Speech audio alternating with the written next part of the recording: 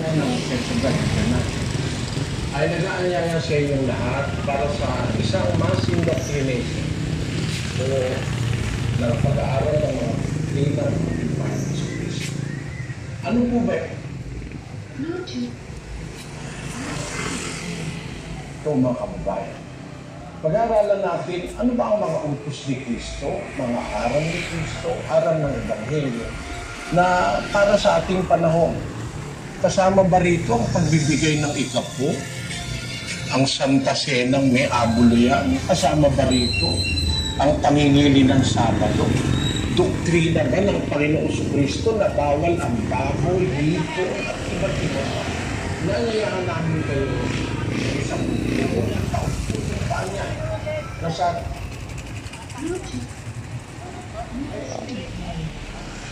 pagbigyan ninyo mga kababayan.